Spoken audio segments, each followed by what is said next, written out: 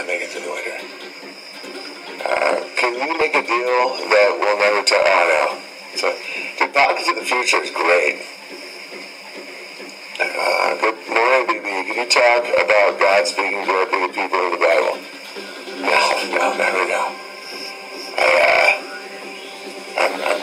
I want to talk about anything else but theology right now.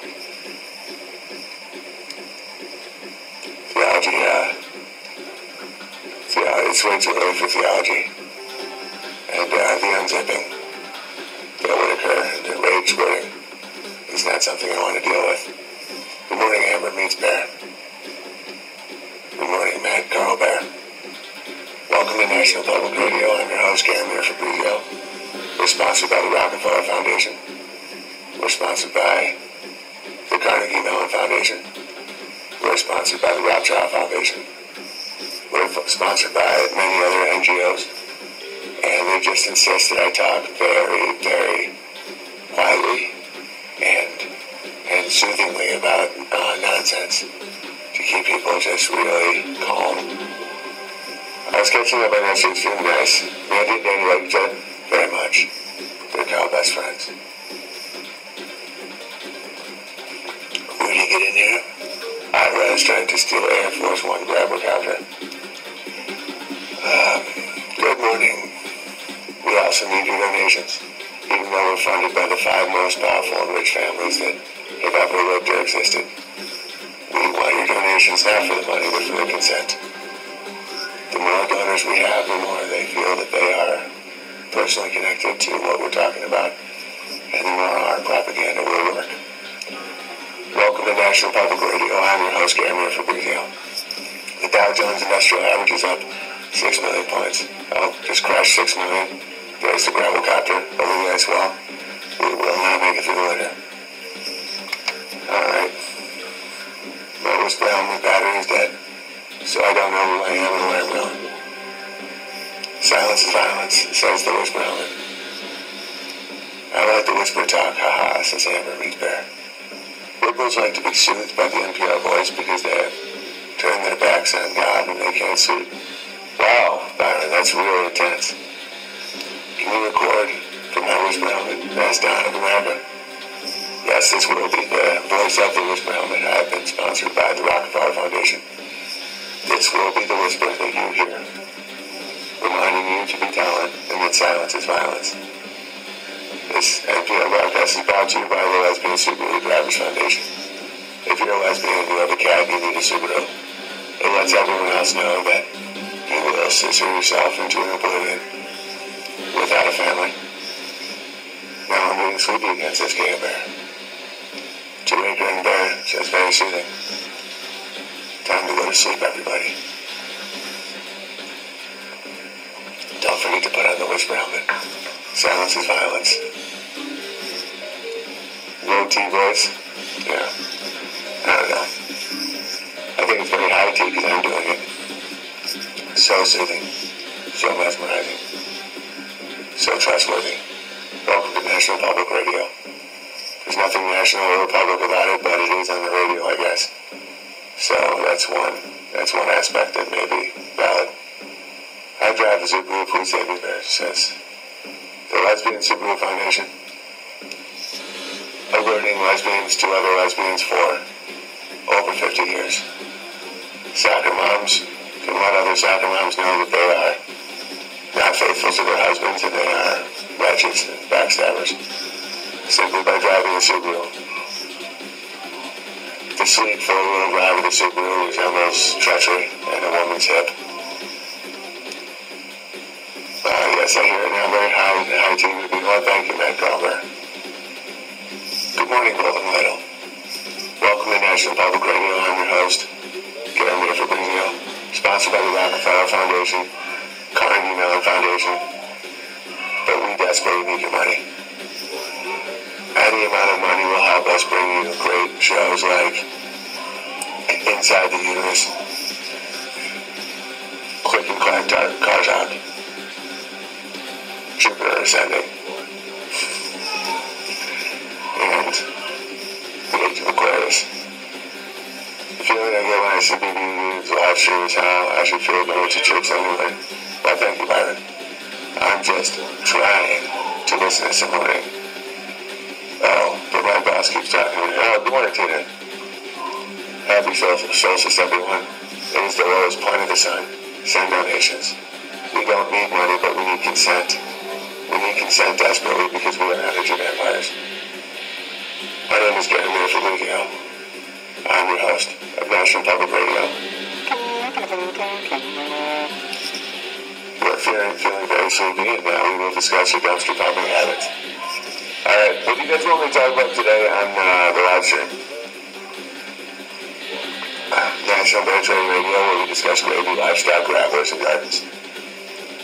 Would I deliver pizza for a side job? It's 9% outside. Am I allowed to work hard? Yes. You got the Einstein hair going for added credibility. My hair allows you to know that I am an eccentric genius with Ashkenazi heritage. I do not conform to society, but yet I have many titles and lots of money. This is what my hair tells people. There was a time when this hairy little word was that I was not to be trusted. But after World War II, in the words of was that I have a lot of status and titles because we live in the upside-down inversion world now. We've been a quiet legend every 5 a.m. streaming. Most online influencers brag about up early good. Thank you, Trina Bear. Hire the hair closer to God. Just Kale Bear. I have expert hair. This hair lets you know that I do not conform. But yet I only access down to mainstream everything. My hair is currently involved in a class action lawsuit. That's hilarious. My hair is currently involved in a class action lawsuit. Are you going to eventually make your own hay? Yes. You really have another Trump and Rudy song? Rudy? Get in here, Rudy. The people are mocking me, but I like it. Hello, Flemish Bear. Welcome to National Public Radio. Sponsored by the Lesbian Supermoon Foundation. Catherine T. and Martha P. Foundation. They once had husbands, and then their Subarus collided on an icy street. They found themselves turning themselves into a spiritual oblivion, adopting cats until there were no more cats, and now they're all dead. The hair is a genetic trait that shows predators that they may accuse of genocide. When Michael Obama smashes in, I can't help but picture him in a Kool-Aid guy. Inside the uterus, haha. LSF kills me every time. The Lesbian Subaru Foundation, started by Catherine P. and Martha S. Foundation, a non-profit for other closet lesbians looking to smash each other into oblivion after a soccer tournament. Their generous contributions have led to the purchasing of this microphone, but it was shaped too phallic, so they removed their funding and tried to burn down the building that I was sleeping in. Who knew that the lesbians could be such vicious little cunts? I just sold all my hair equipment. It's ridiculously expensive. Alright. I don't know what you mean, Jordan. So, making hay is expensive? If you sold to me, dude, I would have bought your hair equipment. I have several pieces of silver and a trustworthy reputation. I need advice on educating my children what things should be taught. Get them excited about learning. I was listening to Pockets of the Future, and his 20-year-old is learning Mandarin. It was like, NASA has reported new images of Subarus. Yeah, the sale of my hay equipment bought me about 10 years of hay. That's fascinating, Jordan. It sounds like you had some really expensive hay equipment. I think that's kind of what, you're like kind of bragging a little bit. I think you just want everyone to know that you have baller hair equipment, and then all the other hair equipment is shit. Moderna has declared the vaccine 100% effective, says Trina Bear. I don't care at all. Because one must ask themselves, effective at doing what? Effective at sterilization? I saw a video of viruses versus ribosomes, and there was a part that talked about how doctors and experts don't doubt viral theory, and the video is just you in a lab coat yelling. That's hilarious. Would you go for hay? I don't know what the question is down in America. he's not laughing out loud because he knows I caught him. He was bragging about his equipment again. A 6'4" that cut off your initial trust level. 6'7". If someone isn't obscenely tall, I don't trust them because they're so far away from God. What makes hay? Hay grows from the ground. Okay, it's okay to be right there. Oh, you want to know? I'll tell you about some gravy. I'll tell you about some gravy today. Yeah. I think there's a chance that the blacks were the native blacks were here. That there wasn't really the slave trade that people think. A lot of blacks think that. A lot of black conspiracy guys do. Yeah. There's a lot. I agree. Yeah. There's a lot of evidence to that. Yeah, the blacks were already here. My hair is hay. You know how when that the Moore Society, there's a lot of them. Yeah. You know how people are like, well, where did 90 million Native Americans go? They're black. There's definitely Samoans here before Columbus. Yeah. Like the Moors in court. I don't know what in court means, but yeah. I think that they built a lot of the buildings too. And coming from me, that sounds, they was Kangs. Dude, I think they was Kangs. I know that might trigger some of our white enthusiastic listeners. This may trigger some white enthusiastic listeners, but I believe that there was a time when they was actually Kangs. There's an oral tradition that there was not slave ships bringing them, that they were already here. They found tobacco and cocoa leaves in tombs in Egypt. Someone came over here. There was a global civilization. And everyone's like, so they genocided 90 million Native Americans. It's like, or they're just the black guys that just keep stealing everyone's bikes. I can see that. The entire historical narrative of colonial America seems so suspicious now. Especially when you look at the Tartarian Empire stuff. I'm not saying the entire Tartarian Empire was blacks. I think that there was just a portion of them in the quote-unquote New World. I don't think it was very new at all. I think that some of these buildings were here. That's why they had to destroy them. And if you look more into the World's Fair, they had whole exhibits trying to create the racial story about how they were like these like tribal people. They would put like 50 blacks in like a cage and have them wear like leaves around their wings. And dude, I swear to God, and hold like spears, and they're like these like basically retarded tribal people are savages. And I bet the people in there were like, I was a stonemason. They said Columbu to say he discovered the earth wasn't flat. I know. I think that's when stuff really started popping. So it's like Christopher Columbus proved the earth wasn't flat. I don't think Christopher Columbus existed. Yes, the exhibits were tutorials for programming. Yeah, that's what I think. I really think, and I think they kind of broke the American blacks' mind with all this, like, just with this Stockholm Syndrome shit. The natives would eat dogs. You've never eaten a dog?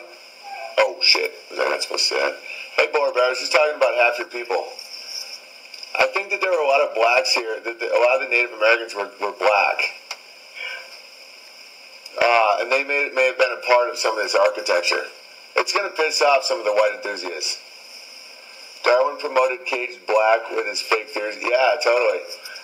They're trying to act like the blacks were genetically inferior. I think that they took over the blacks, some of the blacks' empires. I get it. You know, talk to your grandparents about the fairs. They know those builders weren't temporary. Yeah. They weren't. My grandpa's eating monkey butt, said it tasted pretty good. Yeah. No, but my dad's eating dog. He's Vietnam. Haha. Oh, yeah. I see it. Honestly, I wouldn't see anything wrong with eating a dog. Chronicle says, but I see it now. I think the architecture studying has made me see it more and more. Where it's like there was a civilization that was here, and something happened where they switched the history. And they claim it was all the whites who built all these buildings, and it's like, there's zero chance. Unless there's probably whites already here, too. There's probably, because, the Welsh and the Irish came here in, like, the 3rd century, and the Vikings came in, like, the 10th century, allegedly. But I think the Moors and a bunch of other seafaring people came here very, very early. And I think that they had a full-blown, like, civilization. In Columbus' journal, he said that he saw lights come out of the ocean, and it made the shape of a menorah in the sky. You gotta be kidding me.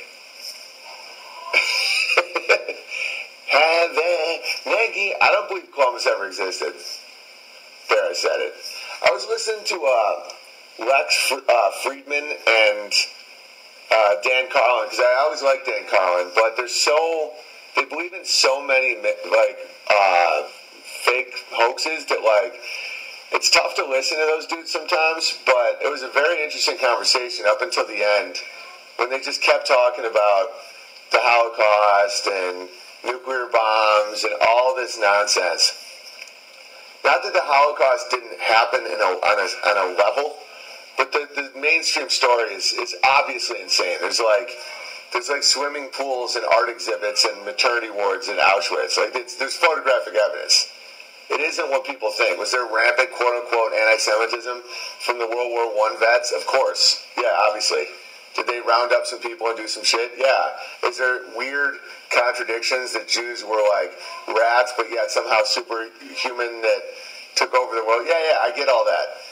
But like the amount of things that people just pass off as real that aren't real, like nuclear bombs, they're not real, guys.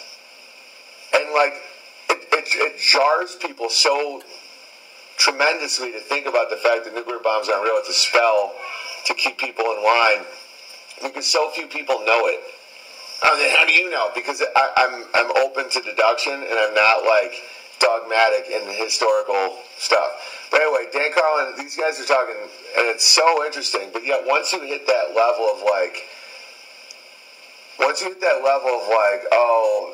thinking that the Jews run the world's financial system is such a crazy conspiracy theory, I'm like, you guys are lying now to each other. So anyway, like mainstream history, I think a lot of times can't even fathom how full of shit it is. Where it's like, I think that there was, and it's coming from a dude that's been called racist a lot, I think there's a good chance that there was a non-white civilization in America that was really advanced. I'm sure there was whites in the civilization.